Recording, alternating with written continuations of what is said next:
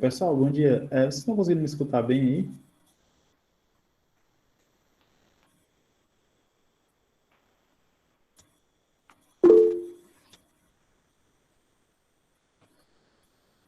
Beleza, então a gente vamos começar a nossa aula de hoje, tá? Já são 9h06 aí, estava esperando chegar mais pessoas, mas infelizmente não chegaram, mas vamos começar aí para a gente não perder muito tempo. Deixa eu falar, dar uns avisos aqui para vocês que estão presentes aqui. Seguinte, pelo nosso calendário acadêmico, aí do ensino remoto, essa é a nossa última semana de aula, beleza? Então, vocês que já devem estar acompanhando aí, já devem estar sabendo que foi dividido em 2 ciclos, né? Foi explicado no início para vocês, eu acho. E aí, no primeiro ciclo eram 7 semanas, e essa é a nossa 7ª semana, tá? Obviamente, a gente não conseguiu nem vai conseguir ver tudo aquilo que era para ver, né? Que foi planejado no início, né? Que seria todo o conteúdo de Química 2, ou seja, todo o conteúdo do segundo ano do ensino médio em 7 semanas, não tem como. É óbvio que a gente, na melhor das hipóteses, coloca lá a planejamento tentando abordar tudo, com a esperança de que consiga abordar tudo, mas não conseguimos, a gente não consegue. Até conseguiria, mas seria de maneira muito estranha, tá? Muito resumido, muito corrido. Porque do jeito que a gente fez, já foi de uma maneira corrida, e é porque a gente vai deixar alguns assuntos para trás, e já foi corrido, foi, foi amontoado, né? Vários conteúdos aí, de maneira rápida. Então, não teria como a gente falar tudo.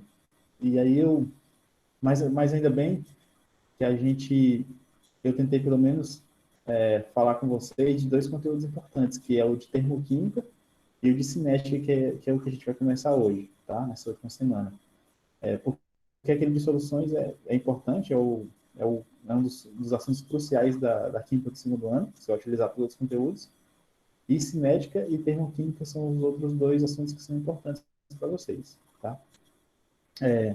Quando voltar ao presencial, possivelmente terão aí alguns cursos FIC, né, que é aqueles cursos de curta duração, específicos de química.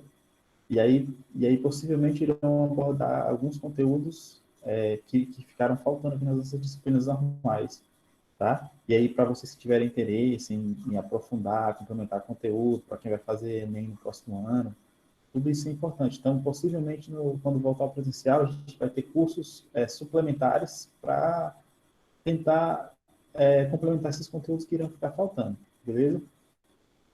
O João Guilherme pergunta para mim o que significa, professor. Ainda iremos continuar no segundo ciclo? Não.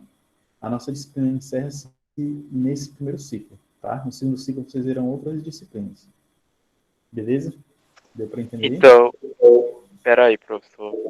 Então era como se fosse o segundo semestre, esse segundo Isso, ciclo. isso, exatamente, segundo semestre. Nossa, eu jurava que nós ia até dezembro. Não, não. Tá bem, obrigado. Vai. Entendeu? Então, é isso aí. O outro aviso que eu tenho para dar para vocês, infelizmente aqui só tem 7 alunos, né? 8, 9.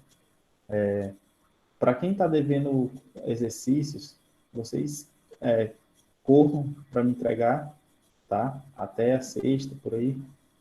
E eu preciso desses exercícios para fechar a nota de vocês, tá? Para quem está devendo. E essa semana, obviamente, vai ter um exercício de cinética química, que será o nosso último, e aí encerra-se tudo. Deu para entender aí os avisos? Deu sim. Professor, só uma pergunta. São muitos alunos que estão devendo atividade? Porque, assim, a pessoa vê que tem poucos alunos assistindo às aulas ao vivo, aí a gente fica nessa dúvida, será que os alunos estão entregando? E outra coisa, deixa eu ver, se os alunos que faltam nas aulas síncronas podem reprovar por causa das faltas. Não, não. Não podem reprovar por causa das faltas na aula síncrona. não podem reprovar, tá?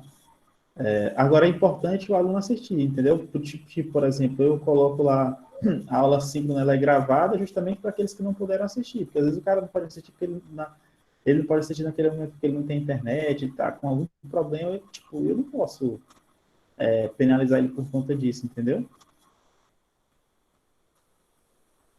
Então, Entendi. se ele não conseguir assistir a aula síncrona, ele não será reprovado por isso. Agora, quanto às atividades, para mim te falar a verdade, eu ainda vou ter que fazer um monitoramento aqui, com calma, para ver como que tá. Porque é o seguinte, porque muitas vezes os alunos entregam e não marcam lá como entrega, entendeu? E aí eu vou ter que olhar nas planilhas mesmo com calma. Porque, assim, quando eu olho só lá no Google Classroom, geralmente está metade da turma entrega, entendeu? Na data certa, beleza. Só que pode ser que tenha mais gente entregando e não coloca como concluído. E aí não contabiliza aqui no painel que eu olho de cara. E aí, somente quando eu pegar lá na planilha e olhar nota por nota, olhar as atividades com calma, é que eu vou ter uma porcentagem correta, entendeu? Basicamente isso. Entendi. Mas a nossa adesão de alunos nas aulas síncronas são baixas mesmo. Agora, eu não sei, agora, obviamente, que eu não sei a explicação, né? Tipo, pode ser que a maioria tenha problema de internet, pode ser que a maioria não queira assistir ao vivo, prefere assistir gravação, pode ser que a maioria não esteja a fim de assistir, a maioria não, os que estão faltando, eu não sei. Pode ser algum fator específico que eu, sinceramente, não sei.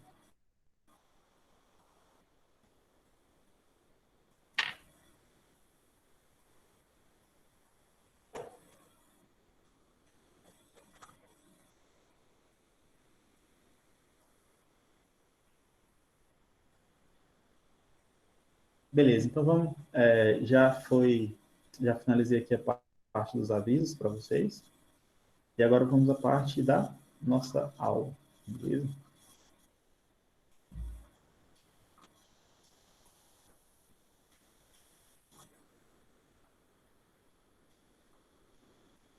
Deixa eu só perguntar a última coisa. Vocês sentiram muita dificuldade nessa última lista de exercício, a sétima, ou ou foi complicado? Eu Foi tive mais ou menos. dificuldade só em umas 3 questões. Como é? Para mim foi mais ou menos. Teve algumas questões que foram de boas, enquanto as outras já senti alguma dificuldade. Aí teve uma, por exemplo, que eu não consegui resolver, que foi a 15.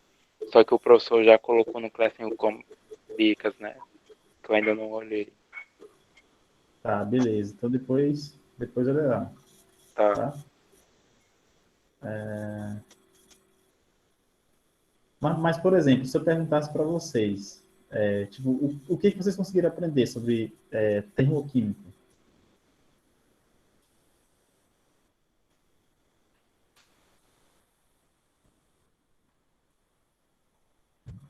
Fala aí, Maria Cassandra.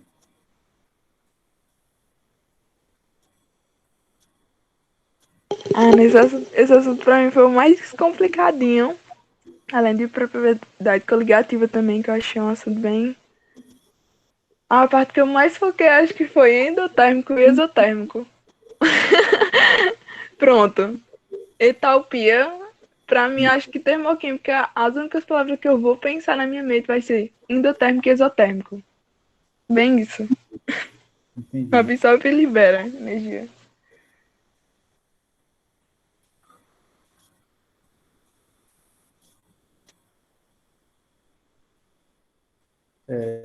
Beleza, Lívia. Eu anotei aqui o recado do Júlio.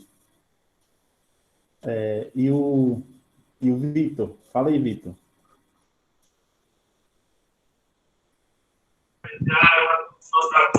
Achei meio complicada essa questão, porque eu não entendi bem o assunto, mas estou conseguindo fazer devagarzinho.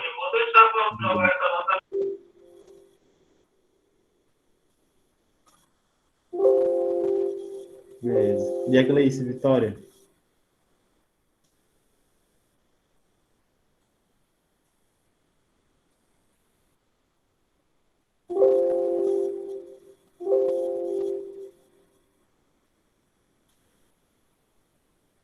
Beleza, então a gente vai começar o conteúdo. Aproveitando que a Carlin aí está aí, eu vou repetir o aviso que eu dei rapidinho aqui para a turma, já que você foi uma das pessoas que perguntou sobre isso, em relação ao nosso calendário, né? Vocês sabem que nós estamos atrasados, e essa aqui é a última semana da nossa do nosso primeiro ciclo, e aí já na próxima semana já vai começar o segundo ciclo de vocês com outras disciplinas, então a nossa disciplina inicia nessa semana, e como vocês estão vendo, a gente não vai conseguir ver todo aquele conteúdo planejado, tá? A gente coloca o planejamento com a esperança que vai conseguir cumprir aquele conteúdo, mas é quase impossível a gente cumprir todo o conteúdo de Química 2 em 7 semanas, né? Química do segundo ano em 7 semanas. Até daria, mas seria de uma maneira mais corrida do que o que já está sendo. Entendeu? E aí é complicado. E aí, como alternativa, o próprio Instituto Federal já está começando a planejar umas ideias aí, e provavelmente a ideia principal será como é que fala? A criação de um curso FIC, de Química, depois, quando voltar ao normal, voltarmos às aulas presenciais, será criado um curso FIC, curso de curta duração de Química, para complementar justamente esses conteúdos aí dessas disciplinas de Química que não vão conseguindo ser abordados. E aí, quem tiver interesse em aprofundar conteúdo, revisar ou estudar mesmo, vai poder se inscrever nesses cursos e estar assistindo essas aulas, fazendo esses cursos aí complementares da área de Química. Foi uma alternativa que os professores encontraram. Até porque tem muitas disciplinas, como vocês sabem, eu acho que não somente da Química, mas muitas disciplinas não tem como a gente conseguir cumprir tudo que era para ver em 6 meses ou em 1 ano, em 7 semanas. E aí a gente precisa procurar algumas alternativas, tá? É óbvio que aqui eu tentei, basicamente, focar nos conteúdos principais, que é soluções, que é a base, a gente não consegue ter os outros conteúdos sem ver soluções, né? E aí, propriedades coligativas, que não é tão assim, mas é importante o conhecimento químico de vocês. E aí, os dois conteúdos principais agora, que é termoquímica e cinética. Tá? Que são 2 conteúdos aí super cobrados e tem uma porcentagem importante na grade curricular de Química, na parte de Química 2. Então, são esses conteúdos aí que a gente vai abordar. Aliás, que a gente abordou termoquímica e vamos abordar agora a cinética, tá? Para finalizarmos. E aí também eu falei no início da aula aí sobre os exercícios, que não entregou, correr para me entregar aí até o final dessa semana, tá? E é basicamente isso. Beleza?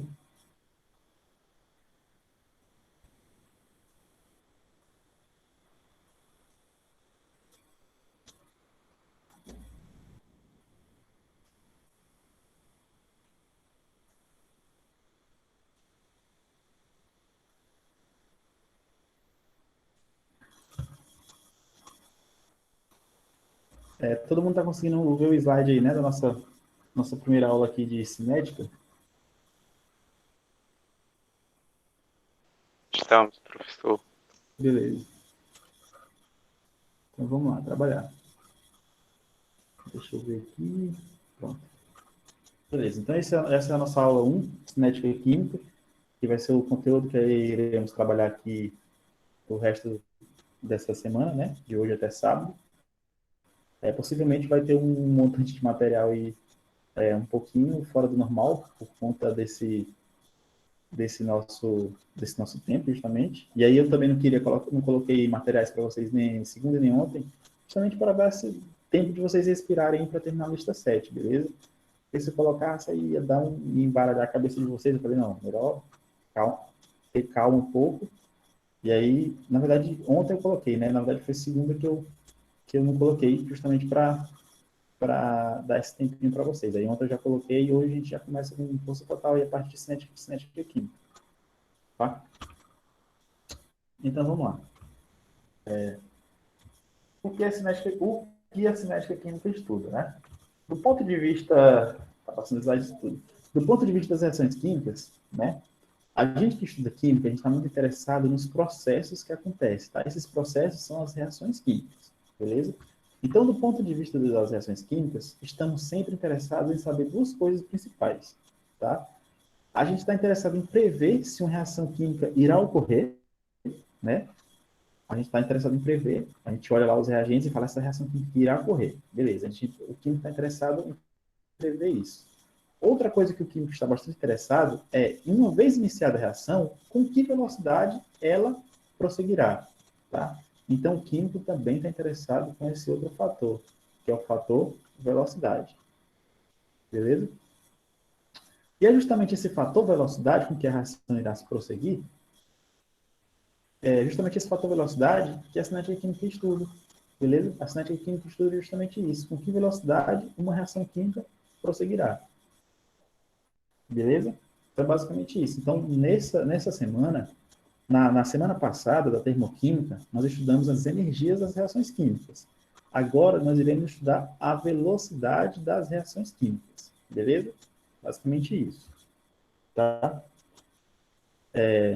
Então, conceitualmente, o que é cinética química do ponto de vista conceitual? É uma área da química que estuda as velocidades com que ocorrem as reações químicas. Beleza?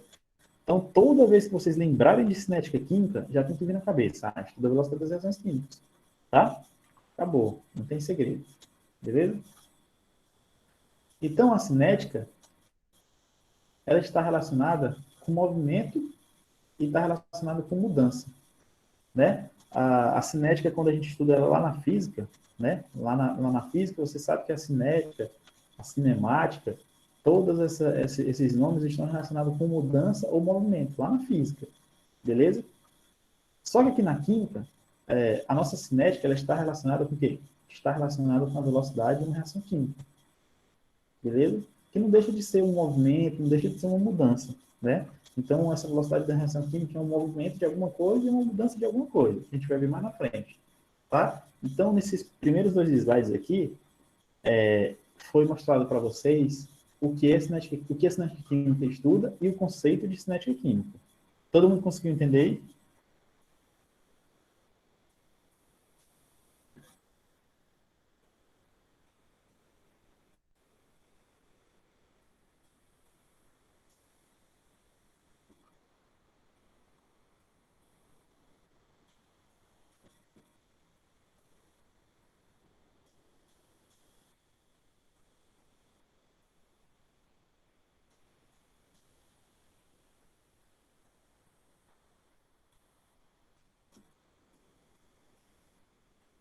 A Gleice Vitória falou que entendeu um pouco. O que faltou, Gleice, para você entender muito? Ele tem que entender muito isso daqui.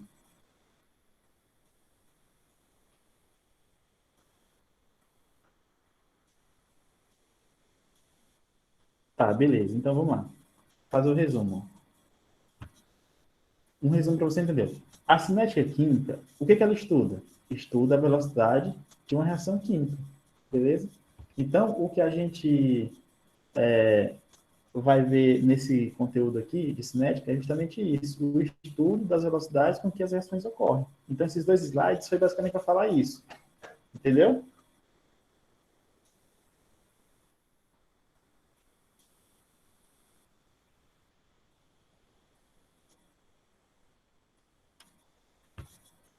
Beleza.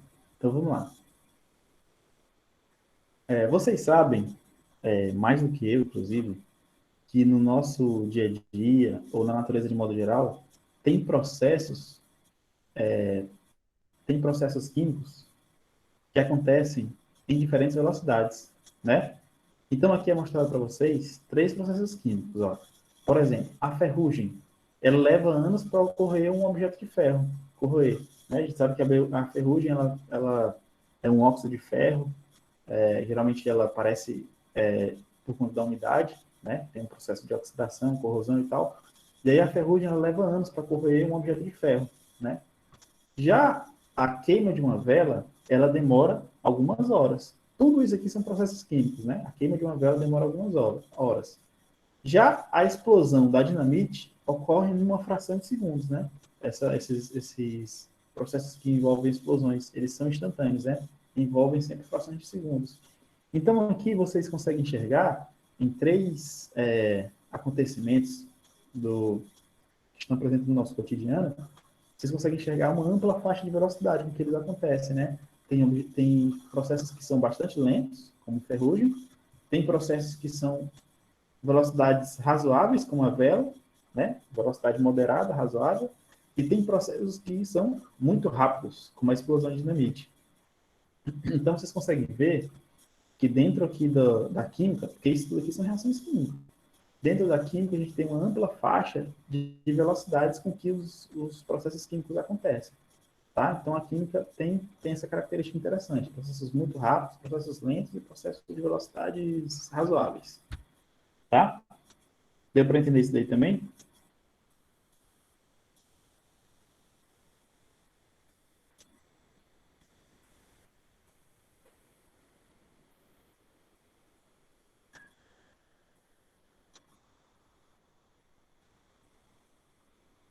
Tá. Beleza, então vamos lá. Então, já que falamos aqui dos processos, do ponto de vista prático, alguém poderia perguntar, professor, mas por que eu vou estudar esse negócio de cinética química aí, hein? Me diga aí, por favor. Porque, do ponto de vista prático, o conhecimento das velocidades de reações químicas é útil por conta do seguinte, ó. Primeira coisa, na concepção de medicamentos, tá? Então, aqui é óbvio que tem mais aplicações práticas, aqui eu coloquei as três mais importantes, que eu julguei mais importantes.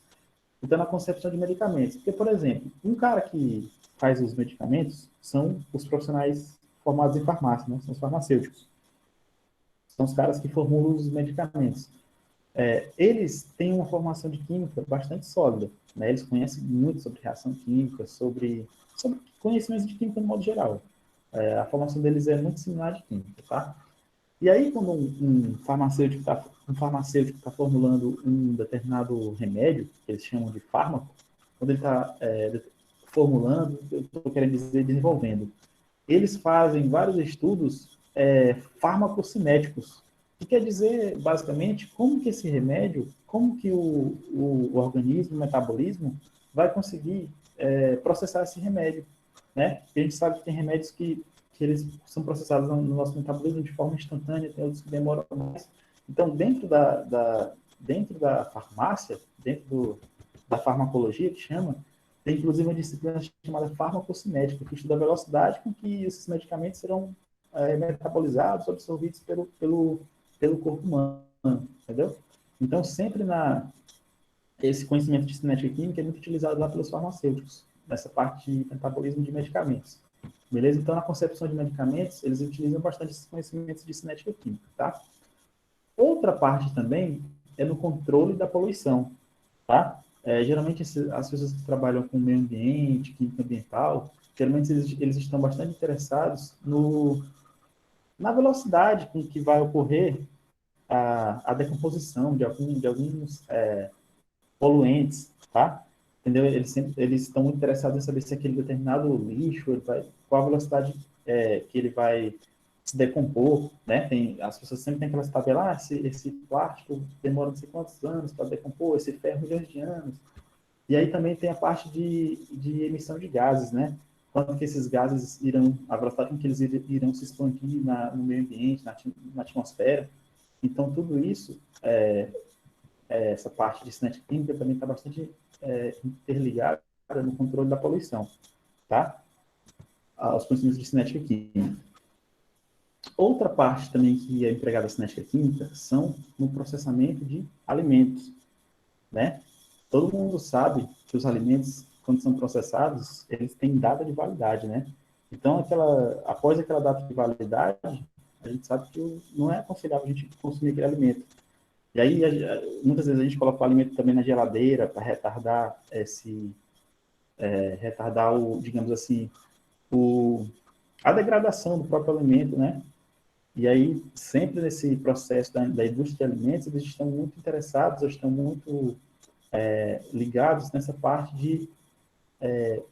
de cinética química, ou seja, na parte em que os alimentos, eles terão a sua validade, tá?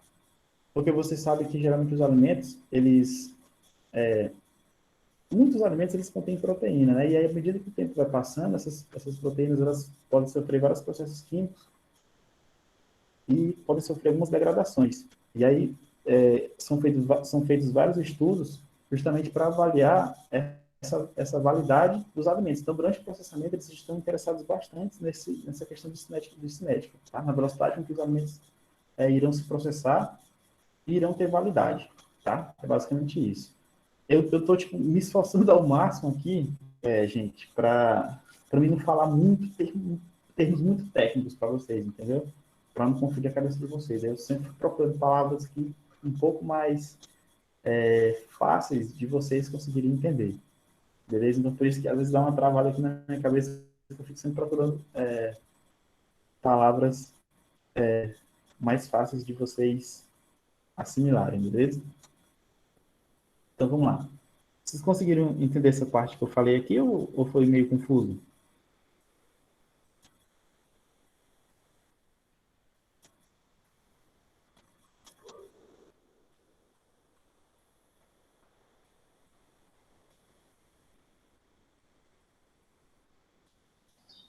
Entendi, professor.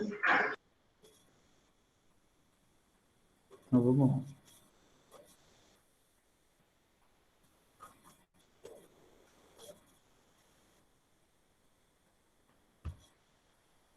Beleza.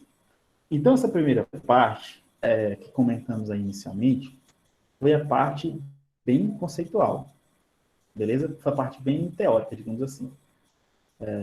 Parte de conceitos, parte bem qualitativa.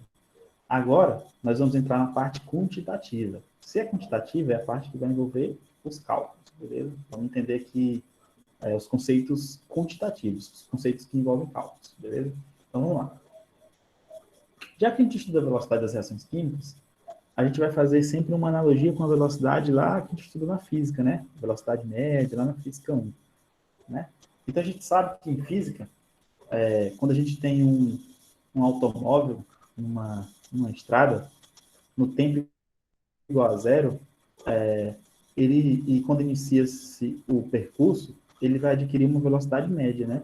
Então, digamos que eu tenho um automóvel no tempo igual a zero, ele vai iniciar a sua trajetória, vai possuir uma velocidade m, que é a velocidade média, e digamos que ele vai percorrer 160 km em 2 horas. Então, quando bater aqui nesse local, que tiver feito 2 horas, ele percorreu 160 km, beleza? E aí, como calcula a velocidade média? Vocês sabem mais do que eu, né, lá da física. A velocidade média vai ser o quê? O deslocamento dividido por unidade de tempo, né? Ou seja, velocidade média é o nosso famoso ΔS por ΔT, lá da física, né? Eu devo lembrar isso que eu marquei, porque eu postei isso aqui, ó. Então, vocês devem ter estudado isso aqui já no ano passado. É o nosso famoso ΔS sobre ΔT, né?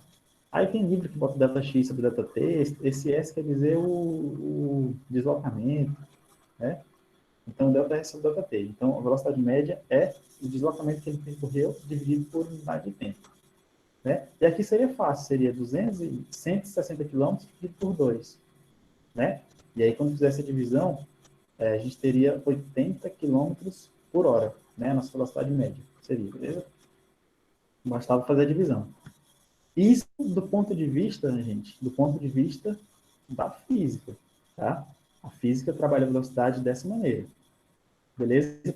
Já na química, como que a química trabalha, professor? Em termos de velocidade, a gente está estudando a mesma coisa da física, só que de uma maneira diferente. Só que o conceito de velocidade, aqui na química, é bem semelhante ao da física. Então, a gente aqui na química estamos medindo, tá? A gente está medindo a quantidade de reagente que desaparece ou a quantidade de produto que se forma por unidade de tempo. Beleza? Então, o que acontece? Eu tenho sempre, ó, numa reação química, eu tenho no primeiro membro os reagentes e tenho no segundo membro os produtos. Tá? A gente já viu isso aqui lá em termodinâmica, né? Primeiro membro, os reagentes, espécies que irão reagir, e tem os produtos. Tá? Numa reação química, ao longo do tempo, ao longo que ela acontece, que fenômeno está acontecendo aqui? Geralmente os reagentes, eles reagem, né? é meio redundante, mas os reagentes reagem, e quando eles reagem, eles vão desaparecendo. Se eles forem desaparecendo, irão sendo formados produtos. Então, reagentes reagem, desaparecem e vão sendo formados produtos, né? Nesse sentido direto aqui da reação. Então, a gente medir a velocidade de uma reação química é medir a quantidade de reagente que desaparece ou a quantidade de produto que se forma. Pelo quê? Por unidade de tempo, né? Gente, é como se a quantidade de reagente que desaparece ou de produto que é formado fosse no deslocamento e o tempo permanece o mesmo lá da física, tá? A gente tem que medir essa velocidade em relação ao tempo. Beleza? Então, numa reação química, eu tenho os reagentes reagindo entre si, e quando eles reagem, ele forma alguma coisa. Forma o quê? Os produtos. Então, a minha velocidade que eu vou medir na química é isso. Eu vou medir a quantidade de reagente que desaparece ou a quantidade de produto que é formado, por unidade de tempo. Conseguiram entender isso ou ficou meio estranho?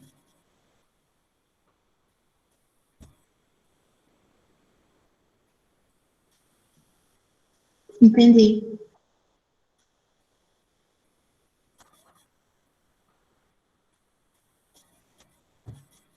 Então, vamos lá.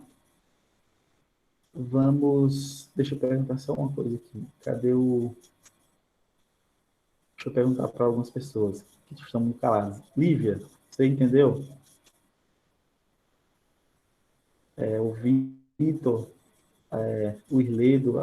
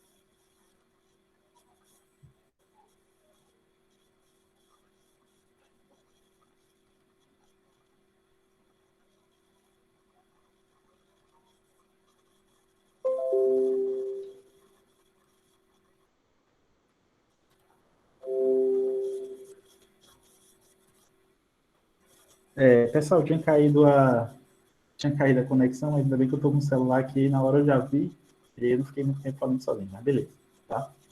Então, eu havia perguntado se vocês estavam entendendo, a maioria falou que sim, tá? Então, vamos voltar aqui para o nosso conteúdo, beleza? No slide anterior, eu estava comentando para vocês o conceito lá de velocidade dentro da química, né? E aí a gente vai ver agora, de maneira mais clara, mais explícita, como que a gente trabalha com essa questão de velocidade, tá? Então, digamos que eu tenho essa reação química aqui, ó, que eu estou mostrando para vocês aqui em cima, ó. N2, tá? Que é o nitrogênio. H2, que é o hidrogênio, né? Nitrogênio gasoso, formando o nosso NH3, que é amônia, beleza?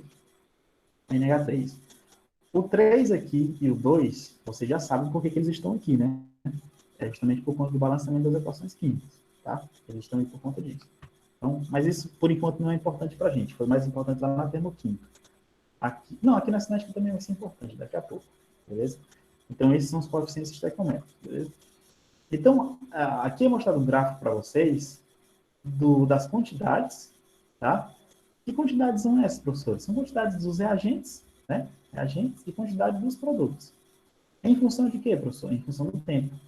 Porque eu não falei no slide passado que a cinética química, ela não estuda justamente a velocidade as quantidades de desaparecimento dos reagentes ou formação dos produtos por unidade de tempo, né? Então, ele está interessado em quantidades e também está interessado em tempo. Esses serão os nossos dois fatores mais importantes na cinética, tá? Então, quando a gente estiver trabalhando com cinética, vocês terão que colocar na cabeça que a gente tem dois fatores extremamente importantes, que são quantidades e tempo, né? Lá na termoquímica, vocês lembram que lá no final, na parte de fria, nós estudamos quantidades, que era massa ou mol, e entalpia e calor, né? Então lá era quantidades e energia, né? Que a gente estava interessado. A gente não estava interessado em tempo, a gente estava interessado sempre em quantidade e energia, tá? Em massa e energia ou mol e energia. Já que não, aqui a gente está interessado em quantidade e tempo.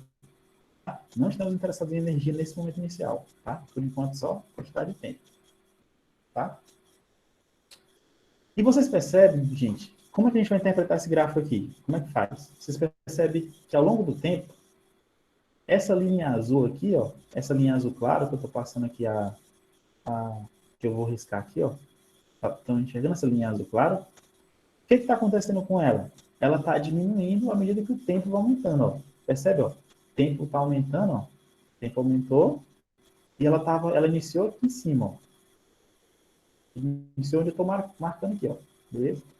Marquei. E à medida que eu estou passando, o que está acontecendo com ela? Ela está descendo, ó, diminuindo, ó.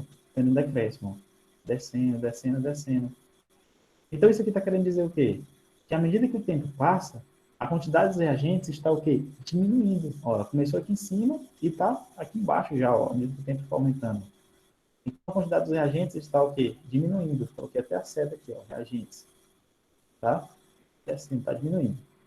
Beleza? Já os produtos, lá no tempo zero, quando eu iniciei a reação, no tempo zero não tem nenhuma quantidade de produto. O produto é zero. Por quê? Porque no tempo zero não teve a reação ainda. A reação só começa a ter após o tempo zero. Então, à medida que a reação começa a acontecer, olha o que acontece com o gráfico aqui em azul escuro. Ó. Ele está o quê? Está aumentando. Ó. O tempo está passando e ele está aumentando. Está aumentando o valor, aumentando, aumentando, aumentando. Ó. Esse gráfico aqui está aumentando. E esse gráfico corresponde a quem? Aos produtos. E por que ele está aumentando, professor?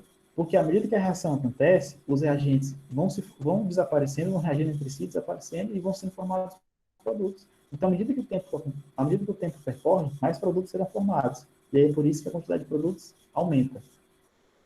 Vocês conseguiram entender aí, pessoal, isso que eu expliquei ou também está estranho?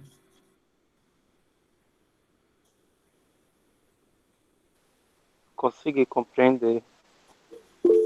Então, aqui, ó, os meus produtos, ó, a seta para cima, as quantidades dos meus produtos com aumento do tempo estão aumentando. Então, o P com a seta para cima. Os produtos estão aumentando. Então, muitas vezes, gente, eu não sei se alguém escreveu no chat, acho que não. Então, muitas vezes, vocês verão em algumas questões gráficos similares a esse, tá? Uma quantidade está diminuindo, que são os reagentes, e uma quantidade está aumentando, que são os produtos. Beleza? São esses gráficos. Tá? E aí alguém fala assim, professor, você falou em quantidade, mas que quantidade é essa? É massa, é volume, é o quê? Essa quantidade aqui na cinética química, ela geralmente ou é mol, tá? Ou é concentração molar, beleza? É a quantidade que a gente vai utilizar, é a concentração molar. Aí a gente fala, não, professor, não entendi. Geralmente, as quantidades dos reagentes e produtos, elas estão expressas em concentração molar, que é a nossa molaridade que a gente viu lá em soluções. Então, possivelmente, as velocidades serão expressas em concentração molar, ou molaridade, dividida por tempo. Eu não falei que a gente está trazendo quantidade de tempo? Essa quantidade, geralmente, aqui, que a gente vamos trabalhar, será a nossa molaridade, né? Que é o número de mol dividido por volume, que vocês viram lá no início do curso, da disciplina. Beleza? Então, eu coloquei aqui em lilás, justamente para mostrar que a quantidade que a gente vai estudar na cinética, a principal quantidade que a gente vai estudar na cinética é concentração molar, tá? Ou molaridade. Tá? E como que essa molaridade irá variar com o tempo. É justamente isso que a cinética química estuda. Beleza? Todo mundo está conseguindo entender? Ou alguma dúvida? Falem aí.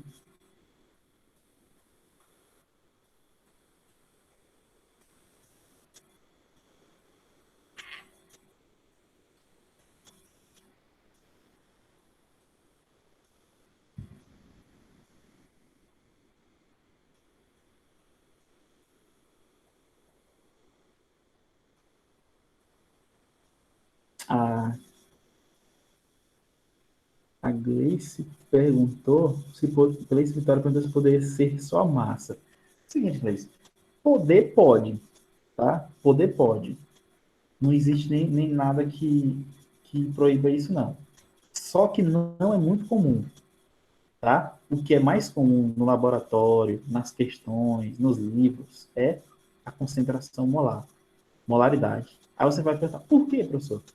Porque geralmente as reações químicas, elas acontecem através de soluções, tá? A gente não pega um produto lá puro e coloca para reagir com outro produto puro e pá, formou a gente não pega um reagente puro, um outro reagente puro, coloca para reagir e formou um produto. Não. Geralmente as reações, elas acontecem em soluções. Você pega uma solução de uma substância com outra solução de outra substância, mistura para formar um produto de outra substância. E esse produto também é uma solução. Então, geralmente, essas misturas ou reações químicas elas acontecem em meios que a gente chama de soluções ou meios combatados, tá? Então, se elas acontecem em soluções, nada mais justo que eu trabalhar com concentração de soluções em vez de massa, entendeu? Mas é aquilo que eu te falei. Não existe uma proibição de ser massa dividido por tempo, mas não é muito comum. O mais comum é concentração molar. Por quê? Porque a gente trabalha com soluções, tá? Então, a gente coloca uma solução de um reagente para reagir com outra solução de outro reagente para formar um produto, tá? Então, se eu trabalho com solução, não é interessante trabalhar com massa de solução, é interessante trabalhar com concentração de solução. Beleza?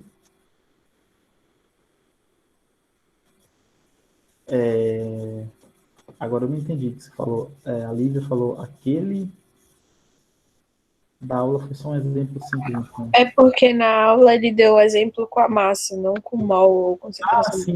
Sim. Foi só um exemplo. Foi só um exemplo. Porque ele quis, na verdade, demonstrar para vocês que a relação entre uma quantidade, que no caso é a massa, e o tempo. Ele estava querendo generalizar, entendeu? Estava querendo generalizar, que ali é massa dividido por tempo. Ali para relacionar tipo, com deslocamento dividido por tempo. Mas, no modo geral, aqui na química, vocês vão ver que a gente vai estar sempre trabalhando com concentração molar, por conta das soluções. E por isso que eu te falei, não é proibido a gente trabalhar com massa, mas não é muito comum, tá? Aí as pessoas às vezes usam massa de maneira didática, para facilitar o entendimento, entendeu? Mas na prática, mesmo nas questões, a gente vai trabalhar sempre com molaridade, concentração molar. Então, vamos lá.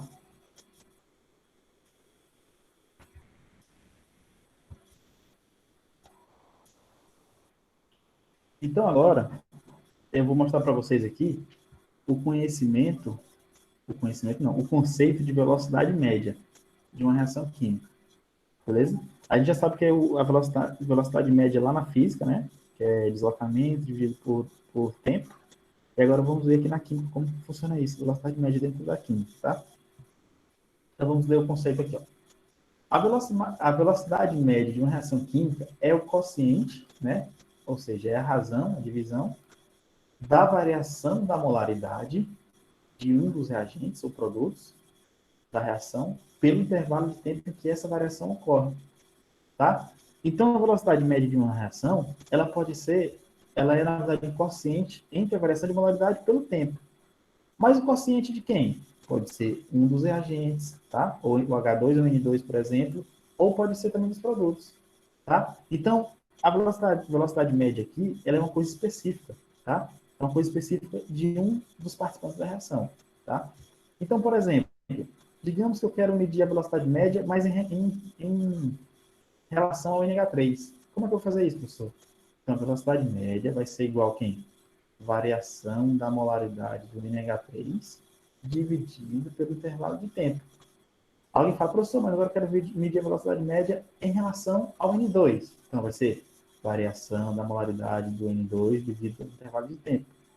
Tá? Então, nossa velocidade média é definida dessa maneira. Tá? Variação da molaridade dividido pelo tempo. E aqui é a parte conceitual, mas a parte matemática também pode ser escrita dessa forma aqui, ó. Beleza? Vm, né, que é a velocidade média, é igual a um delta. O delta, vocês todos sabem o que significa, né? O delta indica o quê? Diferença, né? Sempre que a gente tem delta T, é uma diferença de velocidade. Delta S, diferença de deslocamento. Delta H, é a diferença de entalpia que a gente viu lá na termoquímica. Então, esse delta indica a diferença. Então, esse delta que está aparecendo aqui na fórmulazinha aqui, ó, delta, aí entre colchetes NH3, significa o quê?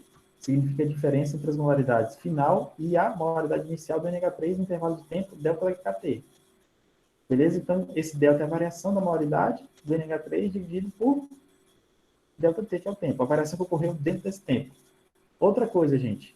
Esse colchete aqui, todas as vezes que vocês verem esse colchetes, e um símbolo aqui dentro, significa que esse colchete aqui está indicando que é concentração.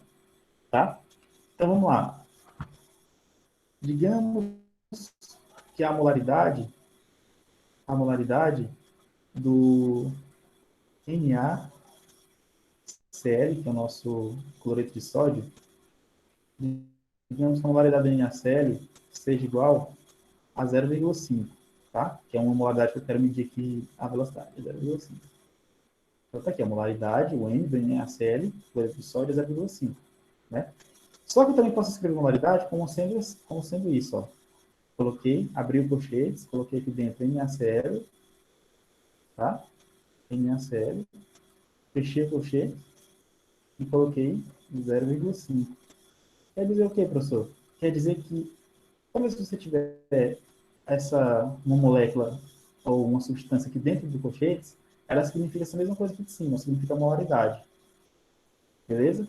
Então, é importante...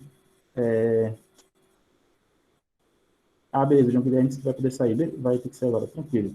Então, toda vez que tivermos uma substância dentro do colchete, significa concentração, tá? Símbolo de concentração.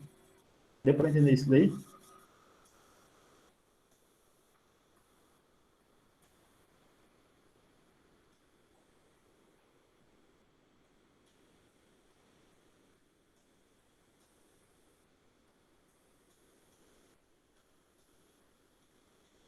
E aí, nessa fórmula aqui significa o quê? Significa variação da concentração do NH3. Tá? Dividido pelo quê? Pela variação do tempo, que é o nosso ΔT. Então, a velocidade média está medindo a variação da concentração pela essa variação do tempo. Tá? Então, a nossa velocidade média ela é medida dessa maneira, beleza?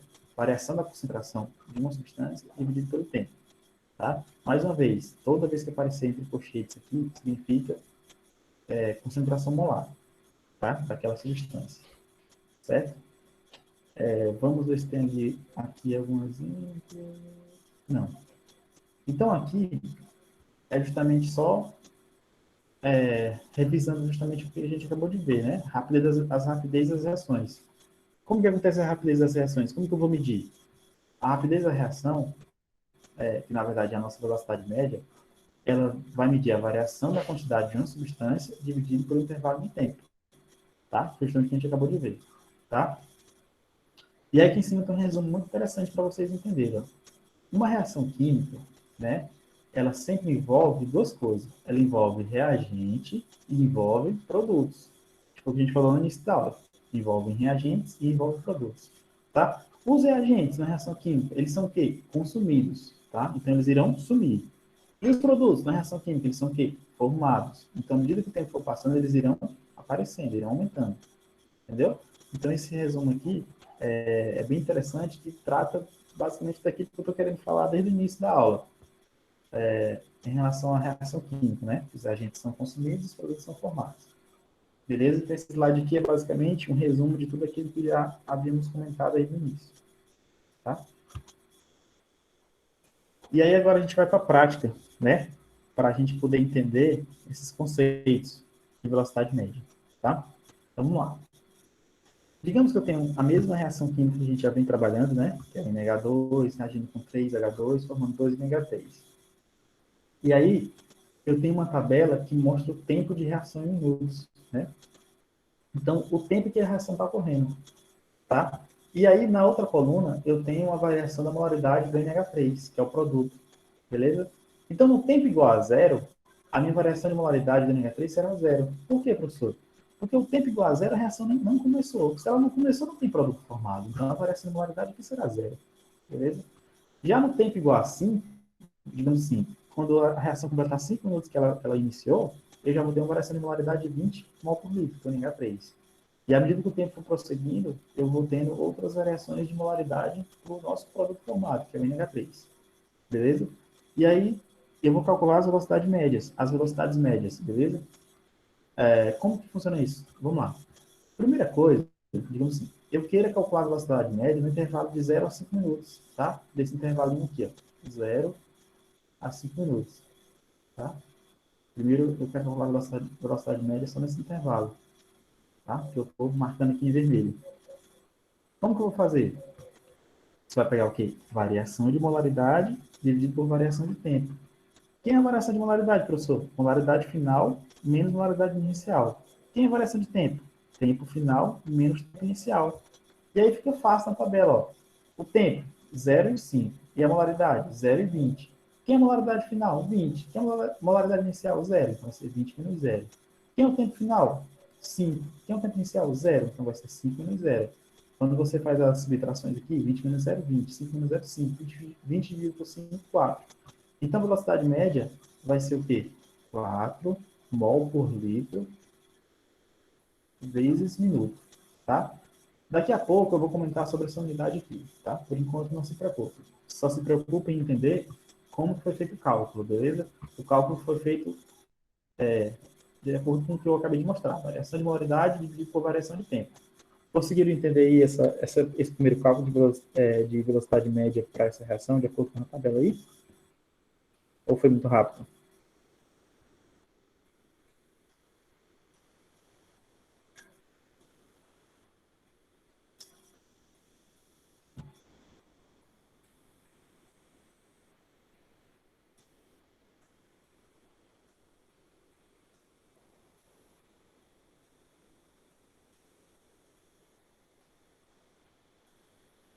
Conseguiu entender aí, Kelvin?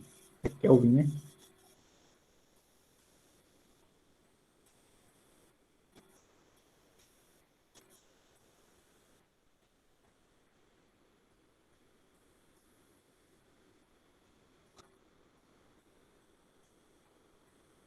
Então vamos lá.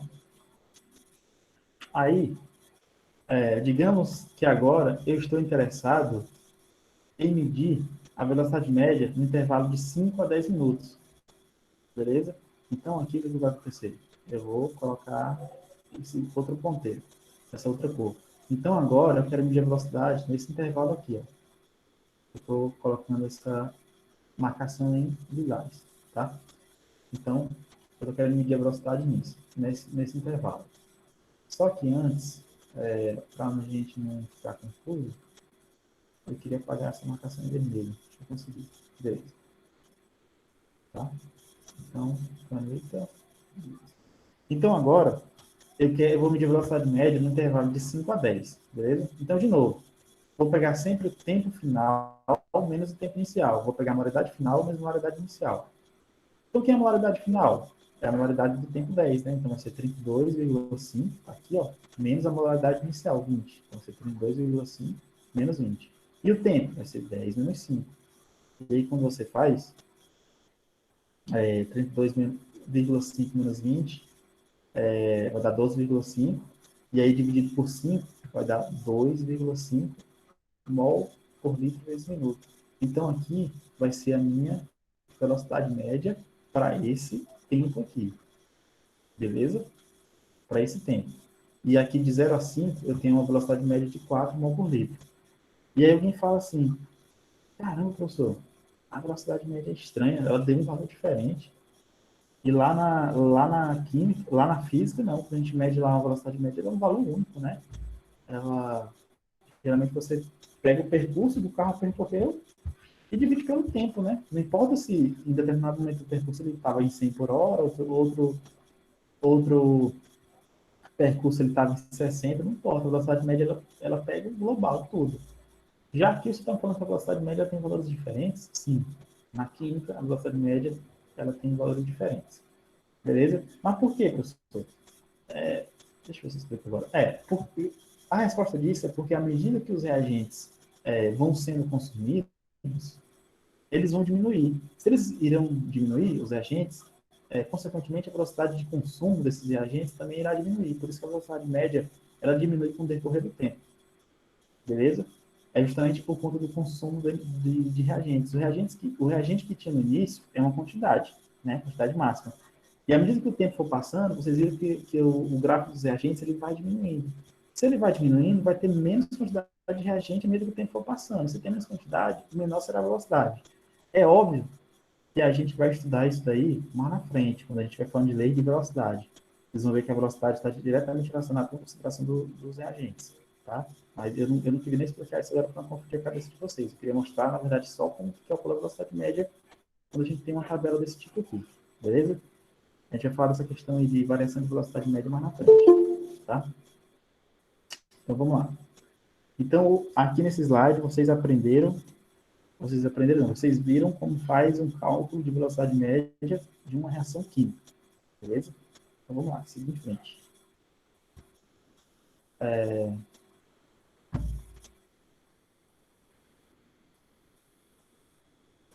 Aqui, a gente tem uma questão que envolve isso, tá?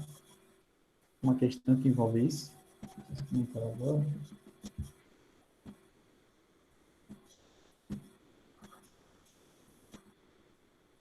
Tá, então vamos comentar essa questão aqui. Essa questão ela envolve a mesma equação, né? A equação que estávamos trabalhando. E ela fala assim, ó, a amônia é um produto básico para a produção de fertilizantes. Ela é produzida cataliticamente em altas pressões, processo de Haber, ou Haber, conforme a equação. Aqui é a equação química da produção da amônia. Se a velocidade de produção da amônia foi medida como a velocidade é igual a delta, variação da concentração de NH3 de delta T. Ele achou uma velocidade de 2,0 vezes 10 elevado a menos 4. Beleza. Aqui é a velocidade do NH3, né? Velocidade de produção do NH3.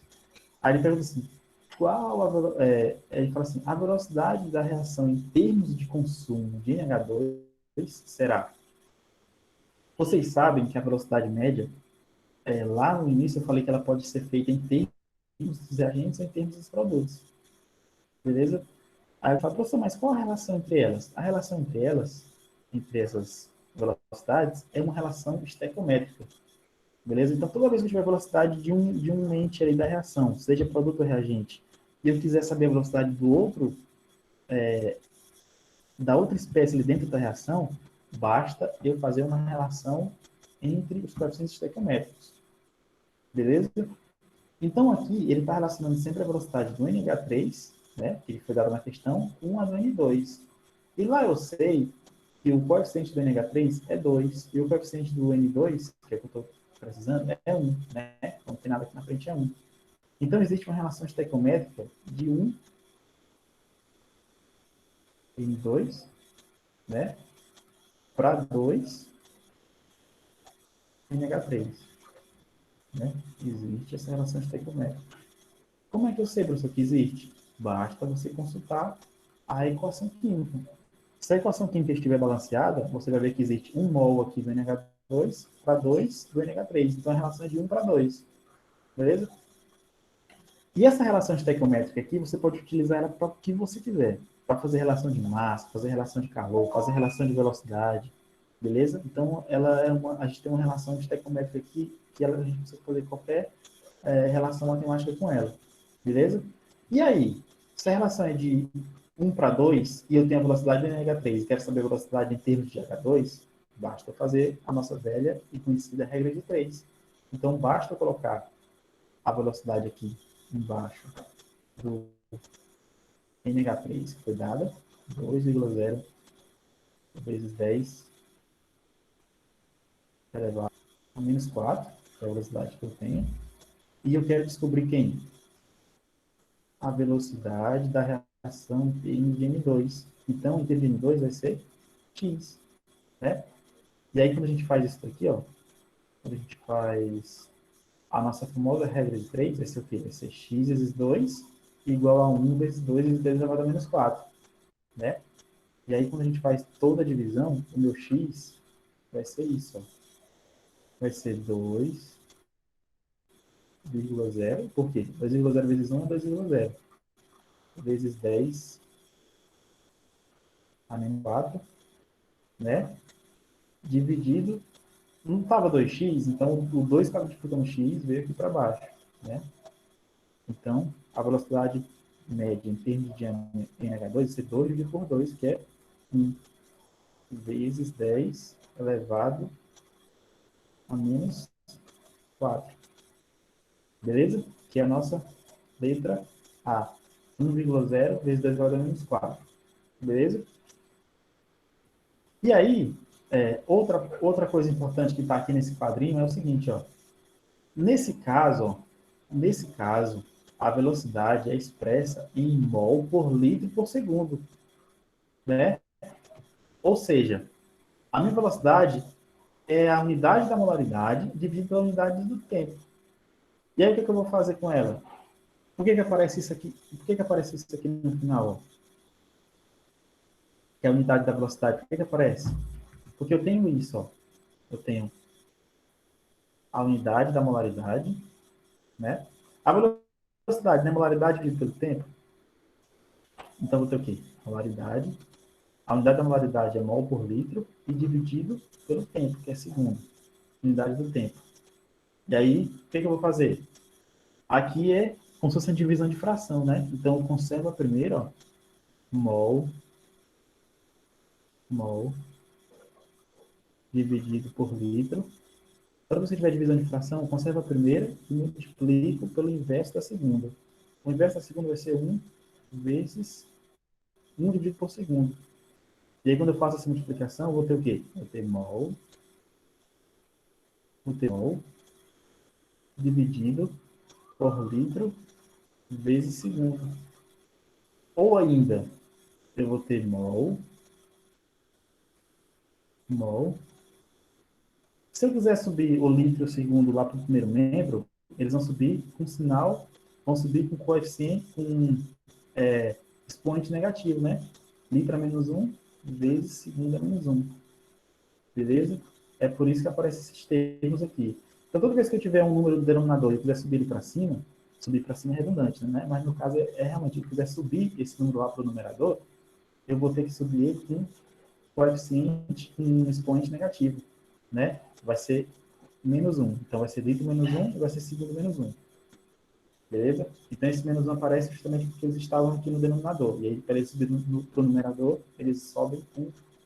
É como se fosse o inverso do número, né? Sobe com um expoente negativo. Tá? Então, aqui...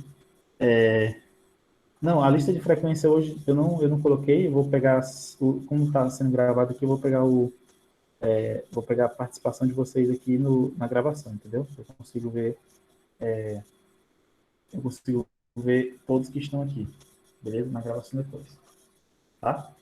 Então, não, para ficar mais fácil, coloque o nome de vocês aí no chat, fica mais fácil. Aí o chat fica gravado, eu olho de maneira mais fácil, tá?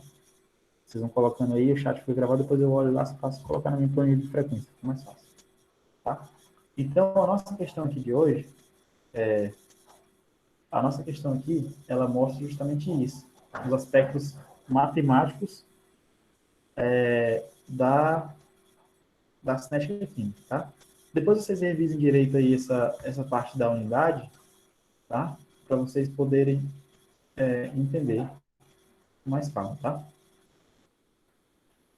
Deixa eu ver se tem mais. Não. Então, essa foi a nossa primeira parte da aula. Beleza?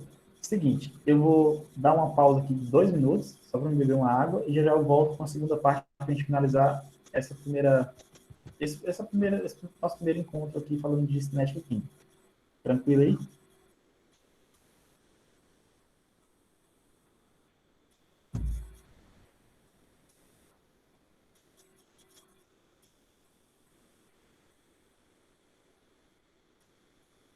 Beleza, então uma pausa aí para vocês beber água também e voltando já já.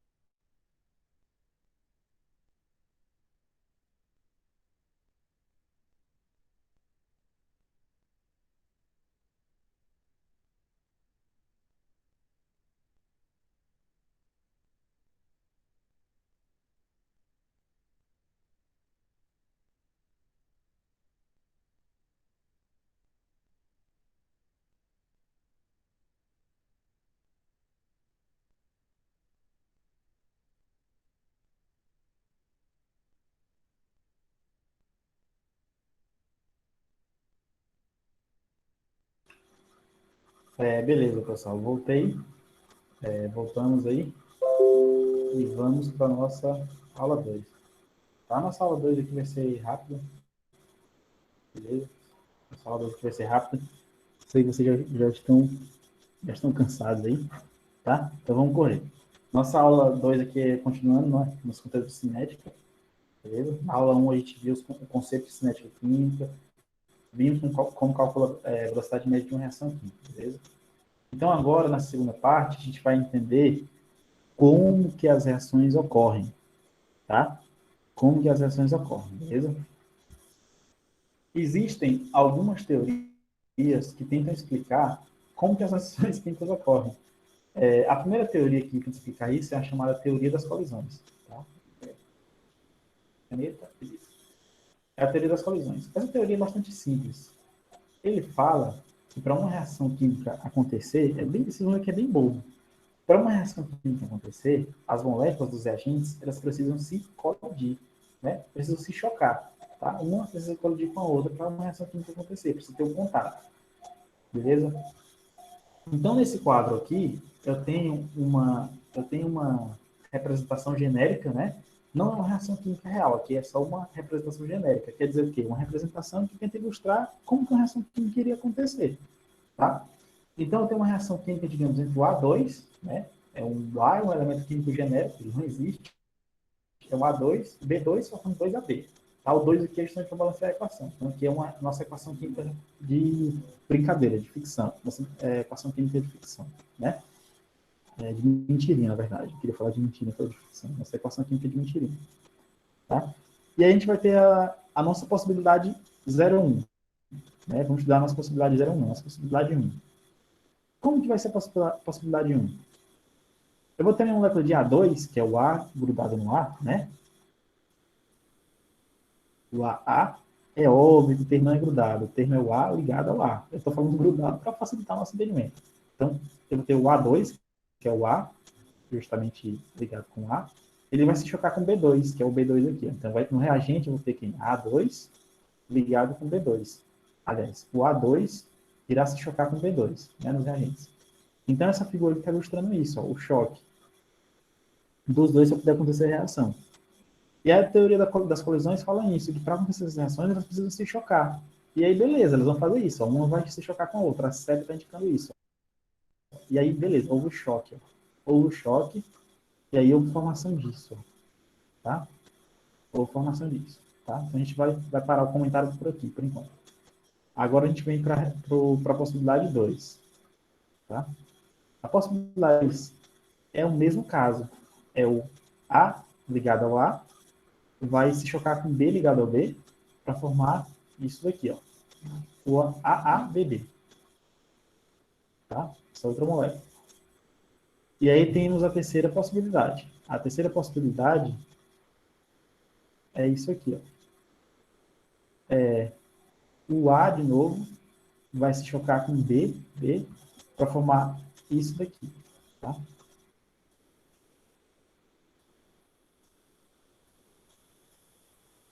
Beleza. Só que é o seguinte, essas orientações para formar o 2AB, somente essa orientação 3 é uma orientação favorável para formar aquilo que a gente chama de AB, que é essa molécula que eu circulei, o AB. Tá? Somente a colisão de número 3 é uma colisão favorável. Aí, beleza, alguém fala assim, professor, então as outras colisões aqui elas aconteceram, mas não foram favoráveis? Não. Porque é o seguinte, você percebe que o AA e o BB, houve a formação deles aqui, mas eles não estão ligados como a gente esperaria. Porque a ligação real que a gente espera é essa, ó, é o A ligado ao A, justamente com B ligado ao B. Tá? Então, o nosso produto formado, a gente espera dele que fosse esse. Já esses outros produtos que houve a formação aqui, eles tiveram o choque, tiveram a colisão, mas eles não tiveram orientação favorável, por isso que não formaram os produtos.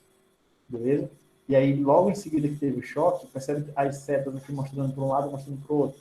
Significa que os produtos aqui, eles estão se separando. Então, não houve formação dos produtos. Ó, aqui também. Ó.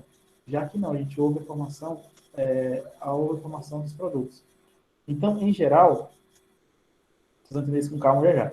Em geral, a teoria das colisões, ela fala isso, que para uma reação química acontecer, é necessário que haja colisão dos reagentes, e essa colisão precisa ter uma orientação favorável. Tá? Não basta as moléculas colidirem uma com a outra para ter reação química. A colisão precisa ser favorável para essa reação química acontecer. Beleza? Então, vamos aqui na prática. Deixa eu ver. Não, por enquanto eu vou pular esse slide. Então, vamos aqui na prática, tá? A teoria das colisões. Vamos para um caso com a reação química de verdade. A reação química de verdade que a gente vai estudar é o H2 reagindo com I2, né? H2, hidrogênio, reagindo com I2. O I2 é quem? Iodo, formando o HI. Tá? 2HI, equação balanceada. Tá? De acordo com a teoria das colisões, essa reação se processa do seguinte modo. Como que vai acontecer essa reação, professor? Eu vou ter o H2, né? Aqui, bonitinho. Ele vai se chocar com o I2, né? As setas estão mostrando isso, ó. Elas têm que se chocar. Beleza. Houve o choque, ó. Tá? Então, aqui, as duas moléculas já se chocando violentamente, né? Se chocando violentamente. Quando houve o choque, o que aconteceu? Elas se separaram bem no meio. E aí, quando elas separaram, foi para um lado o HI e foi para o outro lado outro HI, que é justamente esses daqui, ó. Não é 2HI? Se é 2HI, significa que eu tenho o quê? Significa que eu tenho um HI, né? Mais outro HI. São 2HI. Então, o que acontece? Eu tenho um H2 no início, ou eu tenho um H no início, que é o H2. Eu tenho um I no início, que é o I2. Vão se chocar, houve um choque violento. Depois do choque, eles se desintegraram e formaram o HI e o HI, que é o produto. Tá?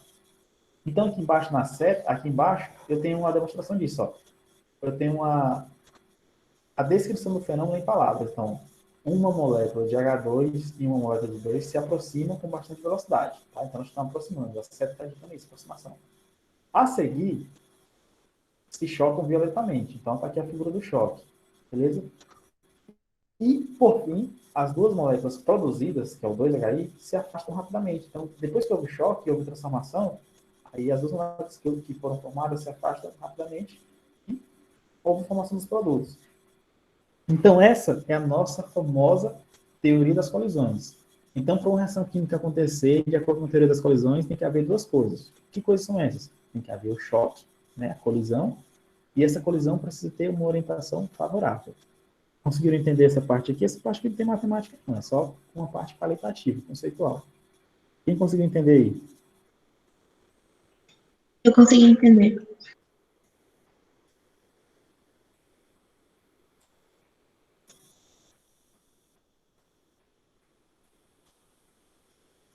Entendeu aí, como é o nome? Maria Cassandra? Foi você que falou, não?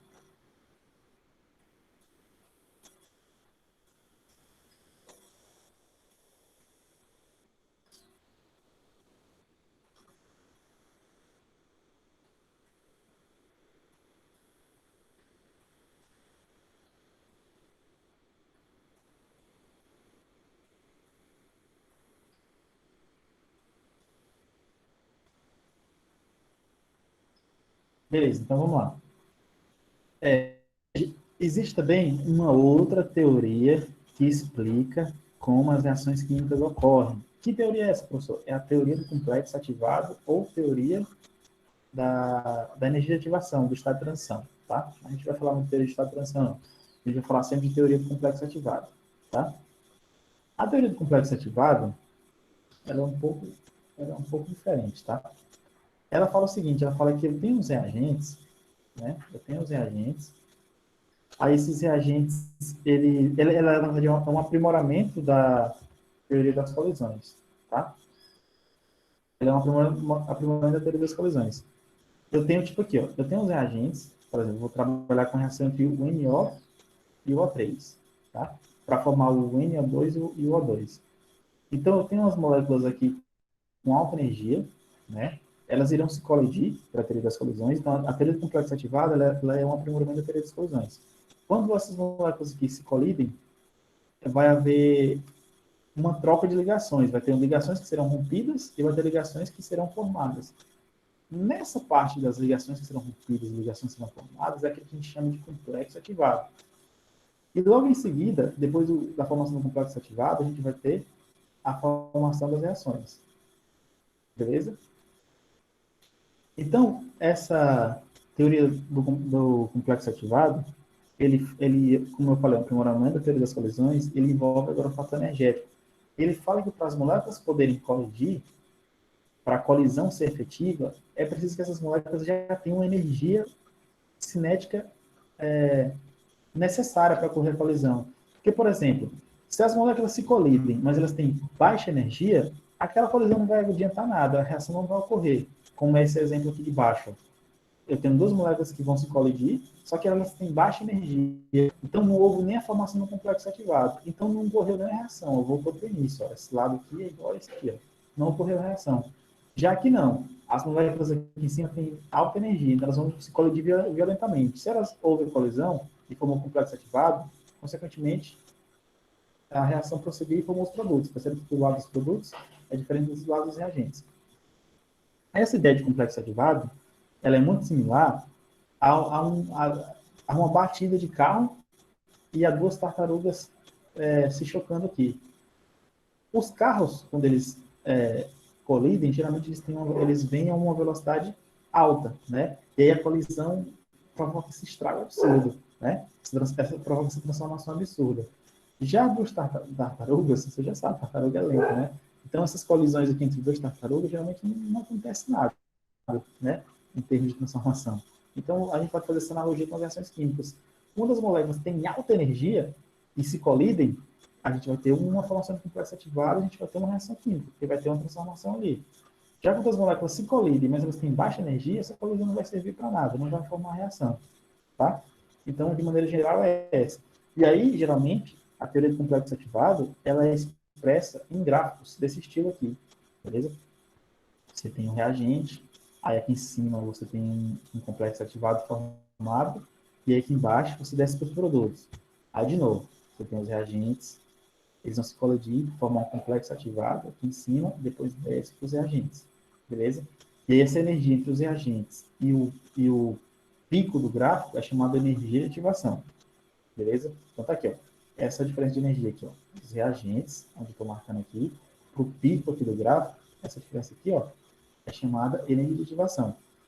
Alguém fala assim, professor, por que nos reagentes a energia é baixa e lá na energia do complexo ativado a energia é alta? Porque geralmente, pessoal, esse complexo ativado é uma estrutura altamente instável. O que quer dizer instável? Quer dizer uma espécie química que tem pouca duração. Tá? Ela não tem estabilidade. Se ela não tem estabilidade, é por conta dela apresentar um alto valor energético. Geralmente na química, quando a gente fala de estabilidade está relacionada com baixa energia. Então, algo estável é algo que tem baixa energia. Então, esse complexo ativado é uma estrutura instável, é uma estrutura que tem alta energia. Por isso que a gente tem essa subida desse pico aqui, ó, para uma entidade que tem alta energia, que é o complexo ativado, que é uma estrutura altamente instável. Tá? Então, a interpretação do gráfico aqui é simples. A gente tem reagente, né? Aqui, o cara sobe, esse reagente adquire energia após a colisão, forma um complexo ativado aqui em cima. Logo em seguida, o complexo ativado se desintegra e forma aqui os produtos. Beleza? E a diferença de energia dos reagentes para o complexo ativado é chamada energia de ativação. Tá? Vamos ver isso aqui com calma agora. Essa energia de ativação, deixa eu ver. Essa energia de ativação, ela é similar a uma energia necessária para um carro subir uma ladeira, assim, né? Então, essa reação é tipo, o carro no estado A, ele tem que subir essa energia, essa ladeira. Para ele subir essa ladeira, ele precisa de uma energia E1, né? Que é a energia de ativação. Aí, logo em seguida, essa energia que ele gastou para subir é compensada pela energia que ele vai perder quando ele desce, que é a ladeira. Beleza? É basicamente isso. Outra coisa, quanto maior... Agora aqui é importante, pessoal. Aliás, tudo é importante, né? Mas essa parte é importante. Ó. Quanto maior a altura dessa barreira, mais lenta a reação será. Ou seja, quanto maior a energia de ativação, ó, quanto maior, vou colocar aqui em cima para a gente entender. Quanto maior a energia de ativação, vou colocar a energia de ativação como sendo A, tá? Para você saber, energia de ativação. Quanto maior a energia de ativação, menor será a minha velocidade. Beleza? Alguém fala, por que, professor? Porque imagina, geralmente, quanto maior essa ladeira, mais lentamente o carro vai subir. Né? Geralmente, quanto maior a ladeira, mais lentamente o carro sobe. Então, numa reação química, é muito similar. Quanto maior essa energia que os agentes precisam ter para chegar no complexo ativado, mais lento vai ser essa reação. Tá? Então, de maneira geral, é essa. Tá? A ideia é essa. Quanto maior a minha energia de ativação, menor a minha velocidade de reação. Tá? E alguém fala, professor, não estou entendendo muito isso não. Explica isso aqui um pouco mais na prática. Na prática, é isso. Ó. Vou mostrar um gráfico para vocês com valores numéricos. Tá? Então, eu tenho uma reação entre o NO2, tá? A reação é essa. Ó.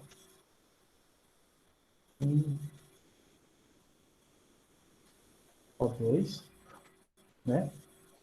Mais deixa eu ver, é o NO, né? NO mais O3 formando NO2 mais O2, tá? Então a reação que está mostrada aqui no gráfico é essa, né? Então aqui eu tenho aqui reagentes e aqui eu tenho aqui produtos.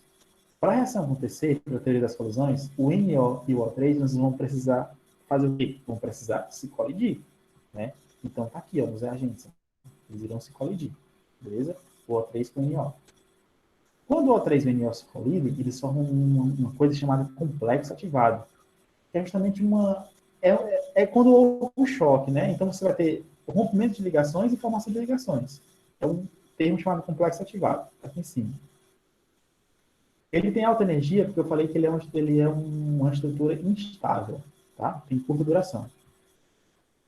Logo em seguida, logo após a formação do complexo ativado, a gente tem as reações que são quebradas e as ligações que são quebradas e as ligações que são formadas.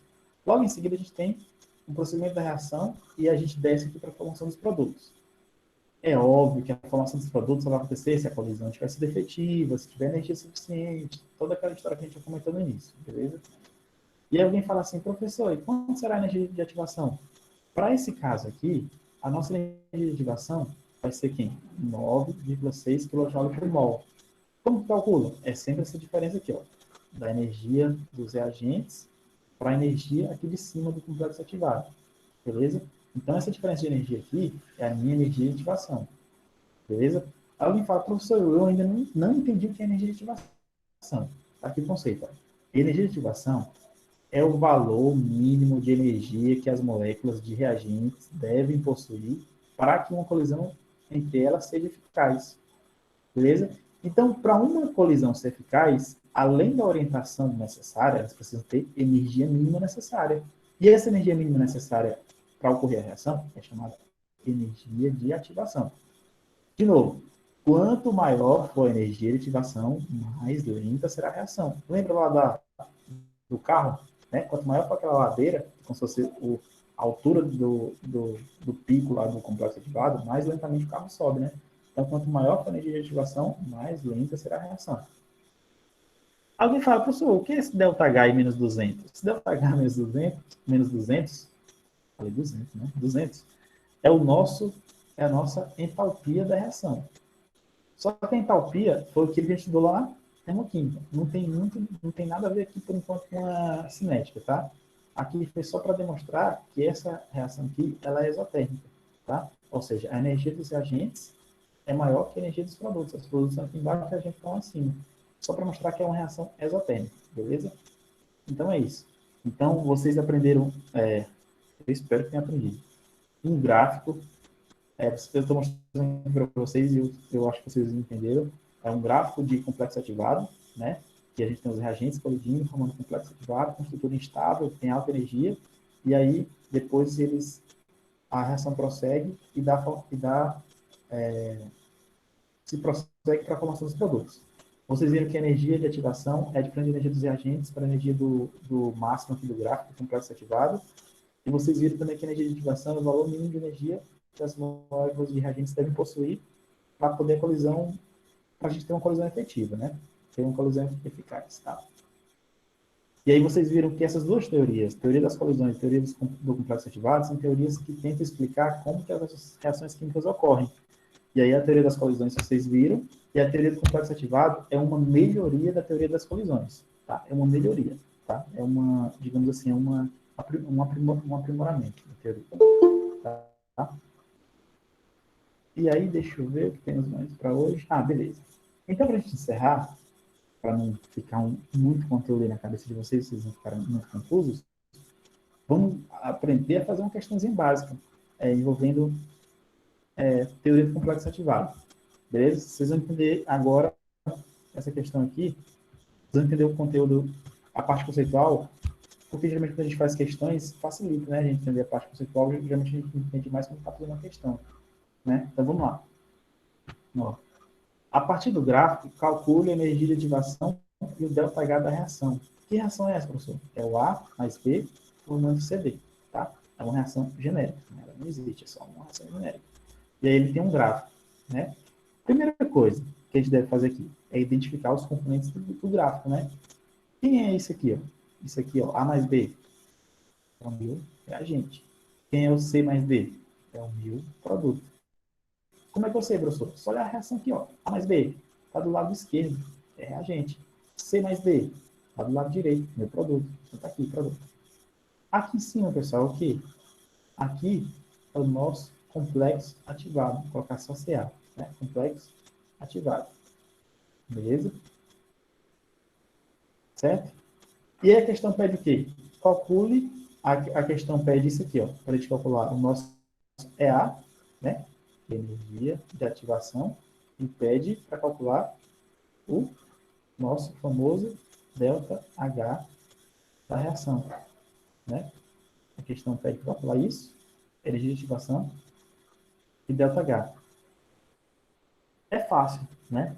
Como que é fácil? Ó, a energia de ativação vai ser isso, ó. A energia de ativação vai ser essa diferença de energia aqui, ó. Beleza? Vai ser o meu EA. Tá? E o ΔH, professor, vai ser essa diferença aqui, ó. ΔH. Beleza? Alguém fala, professor, como é que o senhor sabe disso? O que eu falei nesse instante. A energia de ativação é a diferença de energia dos reagentes para o máximo aqui, o pico do gráfico, onde encontra-se o complexo ativado. É a energia de ativação. Já o meu ΔH é a diferença de energia dos produtos pelos reagentes, né? Que a gente já viu lá no termoquímica. E aí fica fácil, né? Por que fica fácil, professor? Porque a energia aqui, ó, no gráfico, ela está marcada, né? Está marcadinha já aqui, ó. Toda marcada. Então, já está todo grifado aqui no gráfico. Então, é só a gente fazer as contas. Então, vamos lá, ó. A energia de ativação é medida pela diferença entre a entalpia final, ou energia, né? Final do complexo ativado, e energia inicial dos reagentes. Então, no gráfico, a gente vê que a energia do complexo ativado vai ser quem? Vai ser aqui, ó. 30, né? Que é a energia do complexo ativado, menos 20. Né? Então, vai ser 30 menos 20, vai ser 10. Então, o processo consome energia. Eu estou sempre falando a diferença de energia dos reagentes do complexo ativado, mas na verdade é o contrário, a diferença de energia do complexo ativado dos reagentes. Então, mais que a performance só vai mudar o módulo, né? Mas a diferença de energia aqui é a mesma. A gente está interessado nesse intervalo. Né? Então, vai ser a diferença de energia do complexo ativado pelos reagentes. Então, vai ser 30 menos 20. Aí fala, de onde foi que apareceu o 30? Aqui, ó, 30. Né? O 30 corresponde aqui ao máximo do gráfico. E o 20, professor? O 20 está aqui, ó. É o nível em que estão os reagentes. Então, vai ser 30 menos 20. Então, dá 10. Então, o processo consome energia. Então, minha energia de ativação é 10 quilocalorias por mol. Beleza? Já aparecendo em entalpia, essa é super fácil, né? É só a gente pegar o ΔH do produto, que é 5, aqui, ó. O ΔH do produto, que é 5, menos o ΔH dos reagentes, que é 20. Então, esse 5 menos 20 vai dar menos 15. Então, o processo libera energia. Portanto, o ΔH é menos 15. Beleza? Professor, Oi. tipo, por esse gráfico, eu consigo dizer que a energia de ativação é positiva, no caso, consome, e que é um processo exotérmico. Só que como seria se a energia de ativação não fosse um processo de consumo? Como é que seria na representação do gráfico? O senhor entendeu o que eu falei? Entendi. Deixa eu pensar aqui. Tá bom, é só isso.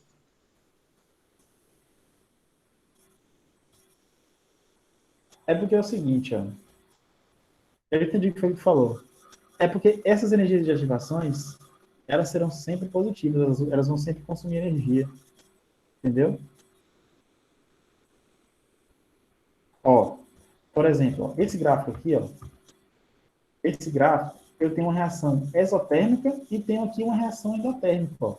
Mas ambos, a gente tem um consumo de energia para poder subir essa barreira, ó. Tanto em processos exotérmicos quanto endotérmicos. Eu não sei se foi isso. Entendi. Não, mas então, tipo, não tem a possibilidade de não ser um processo de consumo.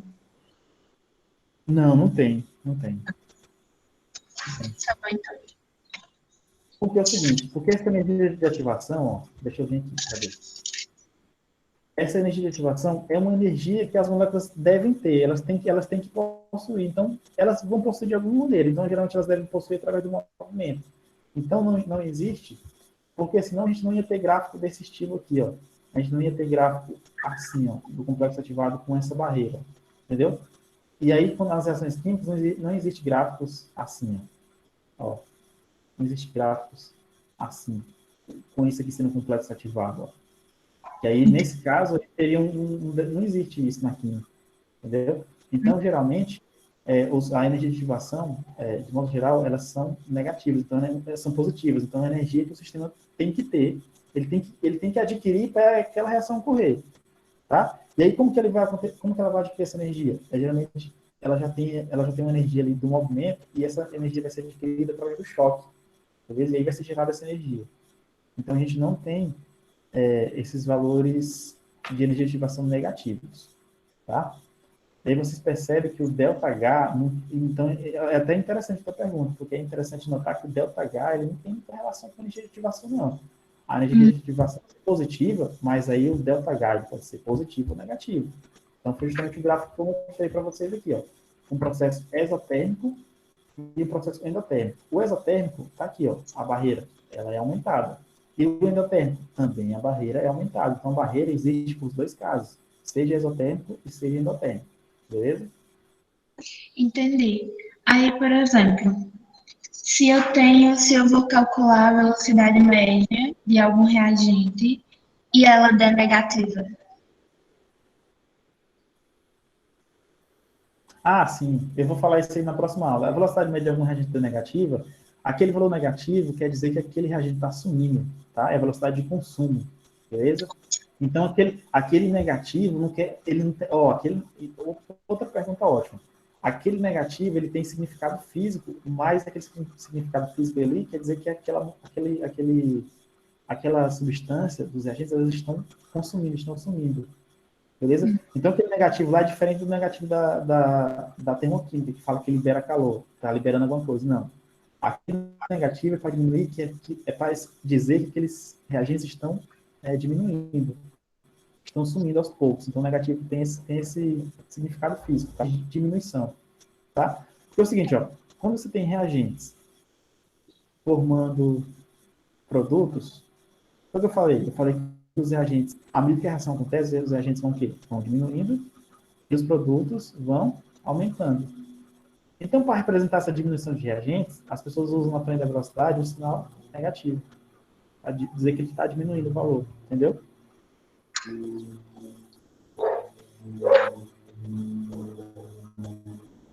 Entendeu? Aí, geralmente, dependendo de algumas contas, aí às vezes utiliza o módulo, quando você está com algum trabalho mais específico, você some com esse sinal e utiliza o módulo, ou seja, só o valor numérico. Mas o significado do sinal negativo é para indicar desaparecimento, é para indicar diminuição de uma espécie, que no caso os reagentes. Entendeu? Entendi. Obrigada. Então é isso. Ó, então essa foi a nossa aula de hoje. Deixa eu perguntar uma coisa para vocês. Vocês têm horário vago aí, tipo... Deixa eu ver. Não, na sexta não daria. Amanhã não tem, né? Amanhã só tem um encontro síncrono de sociologia, de 11 horas. Ah, entendi. Eu vou ver aqui a melhor maneira de organizar isso, porque é o seguinte, ó, a gente já viu 2 conteúdos bem importantes aqui da cinética, mas falta mais 2 para a gente fechar, que é os fatores que influenciam a velocidade, e falta falar um pouco sobre lei de velocidade. E aí eu vou ver como que eu faço isso, se eu coloco já vídeos gravados, ou se eu marco um ponto síncrono com vocês, tá? Até porque também eu preciso rápido postar uma atividade para vocês me pegarem até sábado, isso também. Então, vou ver como que fica melhor o tempo aí, tá? Eu, tipo assim, sugeria que o senhor passasse um material pré-aula, entendeu? Para a gente estudar antes da aula e ver se tem alguma dúvida. Aí Pode o ser. encontro síncrono seria só para tirar dúvida e esclarecer algumas coisas, porque perde muito tempo falando teoria e tudo mais. Então pode ser gravado, eu acho, né? Falo por mim, não sei pelos outros. Pode ser. Então, eu vou organizar aqui um material desses 2 conteúdos e a gente pode ver essa possibilidade. Tá bom. Tá? Então, é basicamente isso, pessoal. Bom dia para vocês aí. Bons estudos. Depois eu vou estar postando essa aula aí para quem quiser assistir de novo. Valeu.